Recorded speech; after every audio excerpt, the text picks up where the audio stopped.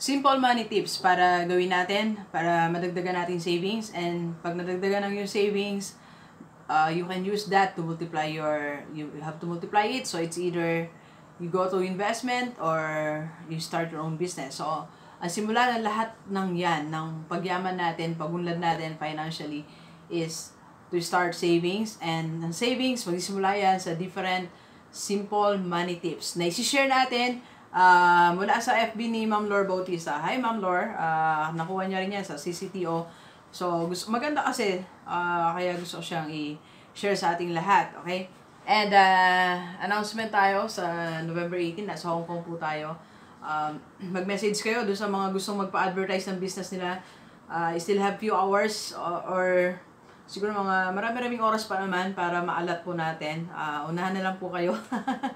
Kasi may mga nagpapa-advertise ng business, and then meron namang mga gustong makipag-usap sa atin, magpa-coach. So samantalin natin pagkakataon na nandyan ako November 17 and 18 po. Okay? Alright, so simple money tips na pwede mong gawin starting today. And ngayon na, kahit wag na natin hintayin yung 2019 sana to pero 2018 gawin mo na, meron pa tayong 2 months for that. Number 1, don't bring your money with you. Alright? So, for example, papasok ka lang. So, ang target mo lang naman for that day is to go to work. Diba? O may pupunta lang ka ng isang kaibigan. Huwag mo nang dalhin lahat ng mga savings mo. Diba? Kagaya ng minsan, when I was sharing yung mga different envelope na envelope method ng pagsisave ng pera. So, yung envelope na yun, wag nating dala-dala lagi. Kasi baka lagi natin sinisilip, nasa mall tayo, ito, gamitin ko na sa envelope. So, wag na, okay? Don't bring your money with you. So, yung allowance mo lang, yung talagang nakalaan lang para gastusin mo. So, yun lang ang dalhin mo, right? Number 2, cook at home. Avoid eating outside kasi napakamahal.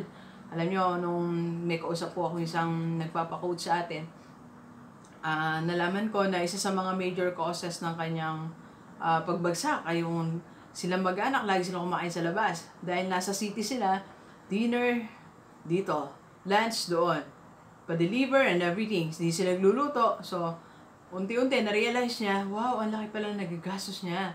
So, sayang yung pera, di ba? Hindi naman siya, sayang. So, okay lang di kumain kayo sa labas, pero wag naman daily na 3 times a day, di ba?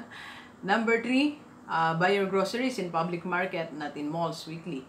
So, not daily, not monthly. Yan. So, right? So, kasi mas mahal syempre sa mall. May example pa nga dito sa mall, 147.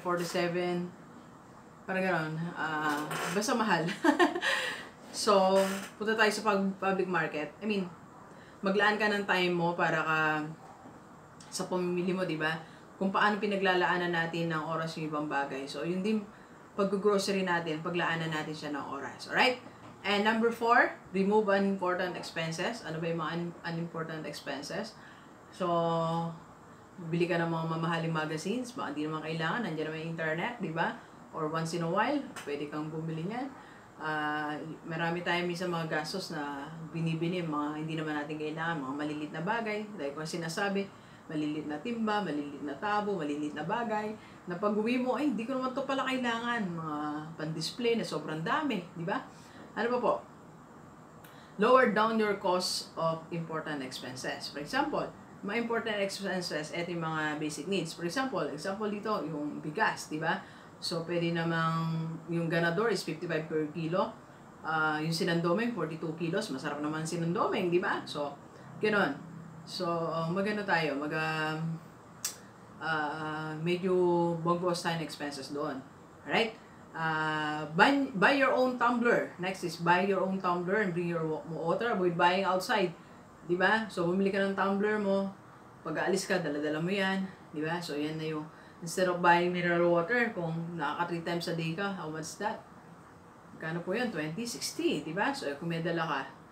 Diba? So, ako, ngayon may tumbler na ako kasi bumibili din kami ng mineral water. Pag bumili ako mineral water, di ganun din. So, I have my tumbler. Doon natin nilalagay yung mga water natin. Pag umaalis tayo. Okay?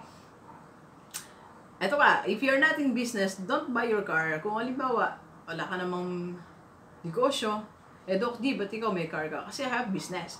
So, I vlog different ang tawag dito, different businesses. So, kailangan pag napunta tayo, minsan gagabihin tayo, dahil natin dala, laptop, camera, everything. So, tripod, mga costume natin. Kaya kanina, dala tayo ng tatlong costume natin. So, kailangan ko po siya. And, mga seminars na pinupuntahan natin. So, if you have business, okay lang you buy your own car. Okay? Commute. So, pwede tayo mag-commute. So, mas matipid, di ba? Doon sa akin, mas mura pag naka-car eh. Kasi pag nag-commute po ako, that's 75 Genesis, 150, plus mga tricycle, almost 300. Pag nakasasakyan po ako, ano lang eh, less than 200 lang gastos ko. So, depende yan. Depende sa distance ng work nyo. Always set aside 20 to 30% of your income to your mandatory savings. So, dapat may mandatory savings ka. You can, kahit hindi 20 to 30%, kahit 10% lang.